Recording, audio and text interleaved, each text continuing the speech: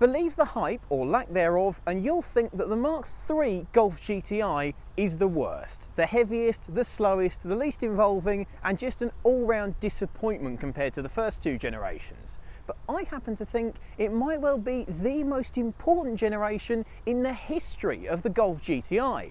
And to prove my point, I've brought my colleague Matt from Fast Car in with the latest generation of the Golf GTI, the Mk7 GTI TCR. And yep, that car is extremely important in that one being as good as it is. So without further ado, let's get on the road and find out why.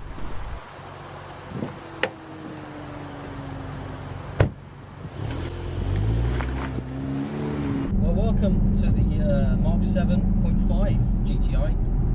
Joe, what are your first thoughts looking around? It's very nice indeed. I must say, I don't spend much time in new cars, as you say. We kind of spend more time in our classics, but on the occasions I do, this is so nice. You've got a screen for your dials, you've got all this nice chrome and like Alcantara. It's a really, really nice place to be. They've done a really good job with it. I mean, that all comes at a bit of a price tag though. It does, because our Mk3 is £500. Yes. How much, if you wanted to buy this car, what's the list on this particular car?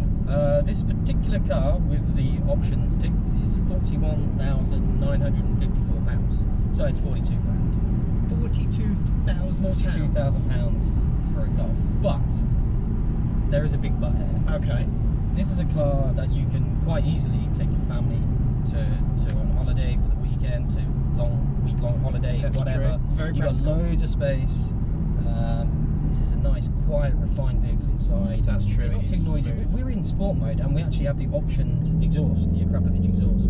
And I mean, okay, sport mode is holding onto gears a little bit longer than usual, but it's riding nicely. It's comfortable. It's spacious. It's got that kind of split personality. That's it. Yeah. So it does the absolute business for your morning commute, and it does the back row bit well. But we only get a DSG gearbox in here, so essentially automatic. Yeah, I mean you have steering wheel paddles which you just pull on if you want to change down, and pull on if you want to go up. There's no heel and toe. There's no clutch going on. There's no skill needed here. Anyone can get in here and drive it quickly. The car has so many electronics on board that it's doing half of the work for you. There is something quite nice in that, I suppose, in that it is a very much get in, get where you want to go quickly. It's very accessible hot hatch, and this is you know, it's plush.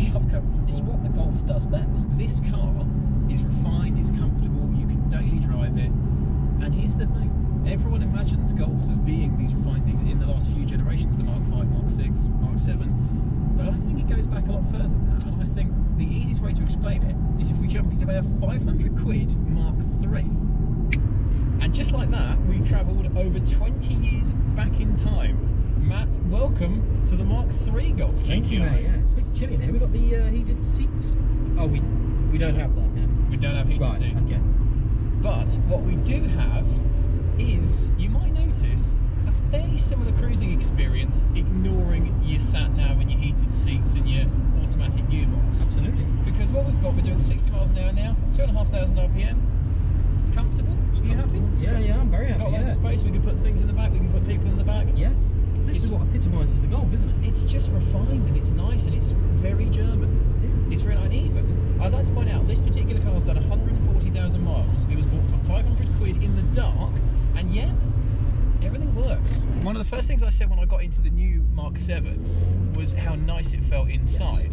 Yes. And with this, I'm feeling the same. It, like, considering the age of the car, how much it was bought for, and the mileage it's done, it still feels solid now. No, I agree. And most people might think I'll be batting for the newer car here, but there's so many elements in the newer car that have clearly derived from here. You've still got the same cloth seats. They've still got the bolsters on the side to keep you in place. Still okay, they're not quite as stiff as they are in the newer car. Maybe not, but that's age again. But this is still a similar experience. And the thing is, with something from a period like a Honda Civic type art of this period, the kind of late 90s, early 2000s, yeah, there'd be a lot more noise going on right now. Oh, for sure. We'd be bouncing around a lot more. Absolutely. There wouldn't be the space in the back.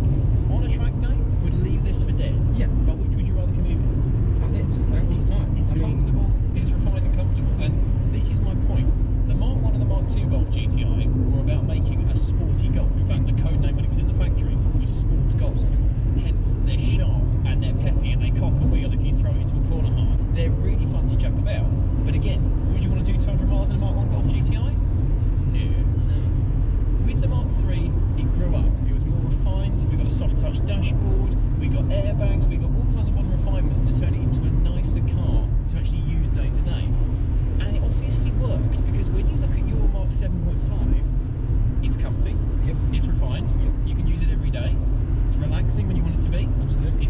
as fast. Yeah.